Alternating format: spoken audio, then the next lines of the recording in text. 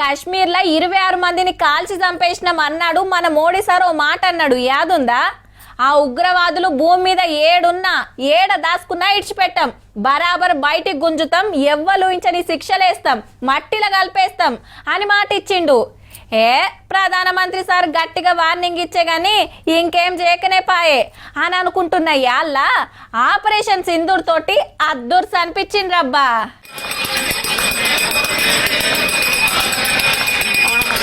దేశమంతా సంబరాలు చేసుకుంటా అంటే మోడీ సార్ బిజీలు ఉన్నాడు.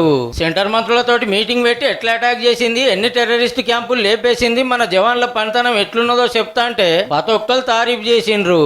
అట్లనే రక్షణ శాఖ మంత్రి రాజ్నాథ్ సింగ్ సార్ తోటి చాలాసేపు మీటింగ్ నడిచింది. ఇదైనాక సీదా రాష్ట్రపతి మేడం కాడికి పోయి ఆపరేషన్ సింధూర్ గురించి వివరంగా చెప్పొచ్చిండు. ఇంకో పక్క ఆర్మీ ఆఫీసర్ల మీటింగుల మీద మీటింగులు. మన సైనికుల సత్తా ఏందో చూపించడం, మన తెరువ తూకునే ముచ్చటే లేదు, మాటిచ్చినట్టే टेररिस्टలను మోడీ ఏరిపడేస్తుండడానికి వచ్చిండు రాజ్నాథ్ సింగ్ సారు. हमने हनुमान जी के उस आदर्श का पालन किया है जो उन्होंने अशोक वाटिका उजाड़ते समय किया था।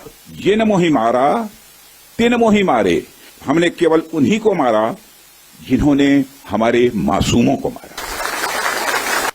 రాత్రి జరిగింది ట్రైలరే, అసలు సినిమా ముందుంది, పాకిస్తాన్ పని అయినట్టే గాని పాత ఆర్మీ ఆఫీసర్లు అంటున్నారు చాలా మంది. సెలవులున్న జవాన్లను డ్యూటీలకు రమ్మన్నారు. ఎంబటే బార్డర్ దిక్కు యుద్ధ ట్యాంకులు, విమానాలు, మిసైళ్లు పంపుతాండ్రు. ఒకళ్ళ పాకిస్తాన్ వాళ్ళు కయ్యానికి వస్తే తయారు ఉండాలి కదా. మరి పార్టీలు జెండాలు పక్కకు పెట్టి అందరు సెంటర్ గవర్నమెంట్ కు ఫుల్ సపోర్ట్ చేసి మన జవాన్లకు సెల్యూట్ కొడతాండ్రు. మన సీఎం రేవంత్ రెడ్డి సార్ పోలీసులు ఆఫీసర్లతో మీటింగ్ పెట్టి అంతా అలర్ట్ గా ఉండాలి, అంతటా సెక్యూరిటీ పెట్టాలని ఆర్డర్ వేసి ఓ Malka police command control centre అంతా తిరిగిండు. జవాన్లకు హిమ్మతిస్తానికి రేపు మాపటిల్లి నెక్లెస్ రోడ్ లో ర్యాలీ తీస్తారట తెలంగాణ సర్కార్ తరపున.